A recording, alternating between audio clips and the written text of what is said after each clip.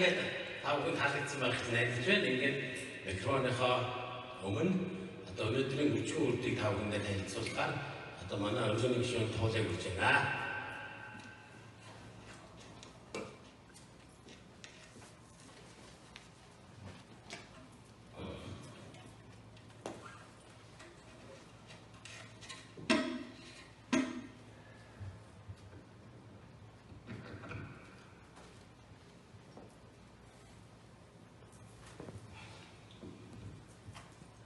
За өнөөдрийн энд хүрэлцүүлсэн бүгдчдоо энэ бичлэгийг өнөөдөр үзэж байгаа бүх хүмүүстээ өнөөдрийн мэд хүргье. За Донжийн судраас одоо 7 үнцэн үрдийн үржих үрдийн тухай өнөөдөр бэлдэж ирсэн байгаа. Энэ бэлдэж ирсэн үнцэн үрдийнхээ тухай өнөөдөр танад танилцуулъя. За үнцэн үрд маань биений доороосоо хоёрт байрлах. За би энэ дээр заачи доороосоо хоёрт байрлах хүйсний хангалттай 13 доош харсан гурван хэлбэртэй ягаан өнгөтэй байрладаг байгаа. Үржих үрд маань эвцэлтийн үрд гэж явдаг. Яагаад гэвэл хосоороо эрчимнэн үр дүн төрдөг. Наран сүлжээг тодруулж хэлэх юм бол наран сүлжээний хорыг гадагшлуулж өөрнөөс ирсэн эрчмийг бусад 6 хүрттэй бол эвцлүүлэн тарааж өгөх учраас эвлэлийн хүрт гэж бас үздэг байгаа. За ингээд үржих үрдийг харах юм бол бас байрлал нь хас багын хэлбэртэй сүлэлдэж байгаа юм шиг тийм тойрын мэрэгдэж байгаа юм шиг тийм гэрэл засварладаг байгаа үржих үрд маань. За Монгол Донжийн ухаанаар бол энэ бүх эрхтнүүдийг бол бүх 7 хүрттэй бол хуваасан байдаг. Үржих үрд нь бол дотгошоо шүүрдээ ялгуулдаг бол бүх бачгаанууд ордог байгаа. Энэ нь болохоор 27 заяагч хүрттэй 28 дотгошоо шүүрлээр ялгуулдаг бүх бачгаанууд ордог байгаа. За дээрээс нь ингээд нэрлэх юм бол үржих бүх бачгаануудаа нэрлэх юм бол дээрээс үнчин тарих, шүсний бочирхай, үйлсэн бочирхай, бамбай бочирхай, сэрээ бочирхай, цүс, илэг, зүрх, нойр бочирхай, нойрны нулимсны бочирхай, хүсний бочирхай, тэгээ өндгөвч, түрүү бочирхай, төмсөг гэхэд одоо энэ мэд бочирхайнууд орсон байгаа. Та нар энэ бочирхайны дунд тухай уншиг гэх юм бол Донжийн судраас тодруулж бүгдийг уншиж байна. За өнөөдөр бол би энэ олон бочирхайнуудаас хамгийн гол болсон 2 бочирхайны тухай тайлбарлая гэж бодлоо. Энэ нь болохоор хамгийн их шүсний бочирхай бол хамгийн их олон элбэг тохиолддог гинтдэг бочирхайны нэг байгаа. Энэ шүсний бочирхай маань хаана байрладаг вэ гэвэл чихний доор, эрүүний үзүүрт, эрүүний угт хосоор ингээд 6 бочирхай байдаг. За жамаараа бол бид хүмүүс хоолыг амдаа хийгээд хазаад, жажлаад цаашаа хоол руу залгаад ингээд ходоод руу орж уурагт бодис одоо бүх эргэтэн бие эргэтнүүдээ хангаж уураар хангаж тэтгэж явах хэрэгтэй байдаг. Байдал бид нар буруу жажлснаас энэ буруу дутуу жажлж одоо эзнээс энэ маань цаашаа ходоод руу ороод ходоод маань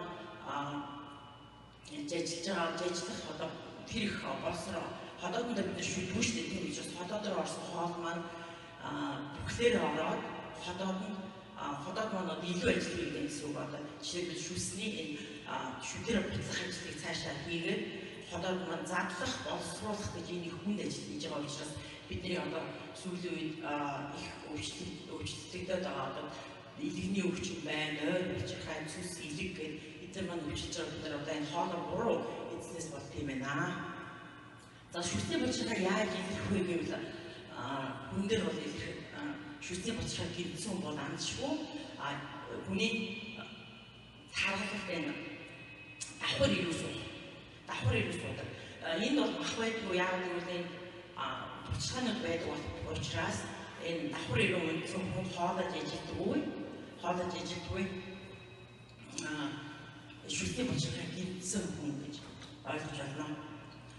За тэгээд бид нар жихнэр бол бидний өвдөд эрт дээр энэ бүх юмыг мэдэж судалж мэдсэн үеднээс хоолож ажилладаг байсан байна.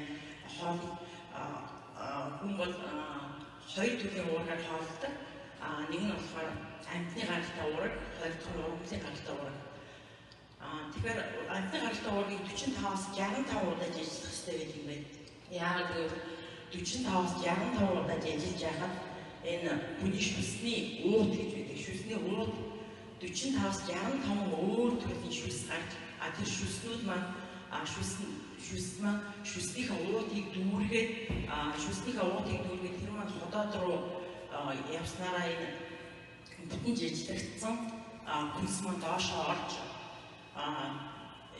жинхэнэ юугаараа бол тэг доошоо бүтэн жижигдэж шүснээс гарч байгаа тэр 45-аас 65 төрлийн өөр төрлийн шүс гардаг юм байна. Одоо тэр шүсний тусад нэг тусны ширх тусны уург задлан, нэг нь бол хор задлан, нэг нь саахар задлан, нэг нь шүдний пахан хамгаална гэх энэ бүх өөр төрлийн шүс гардаг юм байна л да. Тэгээд энэ шүсний булчирхамаа нэгж жинхэнэ үүрэгт юугаар бол ингэж явах зорилттой байдаг юм аа. Тэгээд дутууж ажилласны улмаас бид нар хоол маань цаашаа зүг боловсрдаггүй явдаг байна. За шүсний булчирхааны хувьд бол ийм хоёр дахь чухал булчирхаа бол гүйсэн булчирхаа. Бидний ярьж зайснаар улаан хоолой хүндийд байдаг. Улаан хоолой. За энэ маань маш чухал.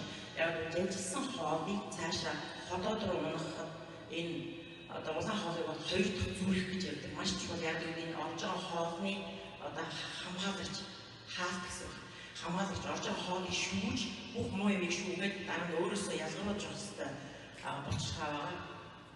За бид нар энэ тухайг сайн мэддэг. Яг тэгвэл дутуу ажилласнаас болоод бидний улаан хоолны дээр сайн шүүгдэж өсвөлдөө дийлэхээ үед энэ маань хавдаад өрөвсөөр идэлээд ингэж дийлэхээ болохоор энэ өвдөж үргэлжлэх юм байна. Тэгэхээр бол энэ маш чухал эргэлтэнд орж байгаа. Гүйсэн булчирхааны хөдөлтөг. Тийм учраас хэлийг нааш цааш нь хөдлөгч дасгал хийснээ одоо тэр үед аягаад болоод байлаа шүү дээ. Тэгэж аягаад болоод одоо гүйсэн булчирхаагаа цэвэрлэдэг байсан байна. За ингээд одоо энэ хоёр булчирхаа үндсэн үрдний гол чухал үүрэг нь болохоор эрүүл байх үндэс бол жижиглэх юм байна гэдгийг бол та нар ойлгосон баг. Тэгээд бид нар хоолой жижиг идэх нь 45-аас 65 удаа дараа нь хоолой эзлэх дараа аяга долоох юм шүү. Тэгвэл бид нар ямар ч дотгошоо шүүлээ ялгардаг бүх булчирхаанууд маань эрүүл байх боломжтой байна. Ногоо хэдэн удаа яаж ажиллах юм бэ? За ургамлын гаралтай ногоог 35-аас 45 удаа уучлаарай. Энэ хийсэн 35-аас 45 удаа ажиллана. Бас адилхан байгаа. Тэгж ер нь сайн ажиллах нь бид нар одоо ажиллахаа мартснаас болж ийм их өвчнүүдэд одоо нэрвдэж байгаа юм байна да. За тэгээд өнөөдөр миний товч танилцуулга бол ийм байлаа. Ингээд миний ярилцлагаас ойлгосноо тэр өөрсдөө хэрэгжүүлээ цааш түгээгээд ингээд домчоо судраас маань өшөө дэлгэрэнгүй та нар маань унших байх гэж найдаж байна. Ингээд таанд эрүүл сайн сайхныг хүсье. Одоо би манай охтуудын маань нэг нь одоо үржин үрдний дасгалыг бол хийж үзүүлэх байхаа.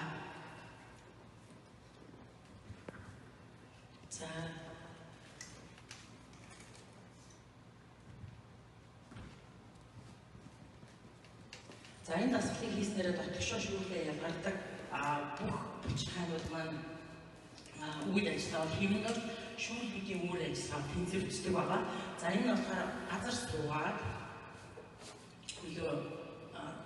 газар суугаад гараа чэйжтэй аваад цих тэгээд баруун хөлөө өргөн чийгээд өргөсөн хөл маань нөгөө хөлнийхөө юуд адилхан байх хэрэгтэй. Хөлнийхөө үзүүрийг эхний ээлжинд хийхэд хэцүү хагас минут хийхэд болно. За дараагийн хөл зүүн хөлөө бас адилхан өргөн хөлөө чийгээд архины үед энийг хийхэд бол гизээр татах нуруу жоохон өвтөн гэхдээ явандаа 7-8 хийсний дараа 7-8 удаа хийсний дараа айгу өвчин намдаад сайхан болно. За дараагийн бас нөгөө хөлн дээрээ босоо хэлбэрийн 8-ын тоо хөлөөрөө энийг өвзүүгээрээр зурж арцгаар хөдөлдөг байгаа. Өвдгөөрөө хөдлөхгүй шаагаар нуулж хөдлөхгүй. За ингэ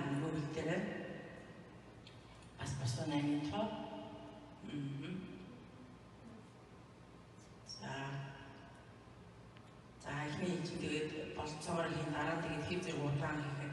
За одоо баруун хөл дээр хэвтэй 8-ын тоо хөлнийхөө үзүүрээр зурна арцгаараа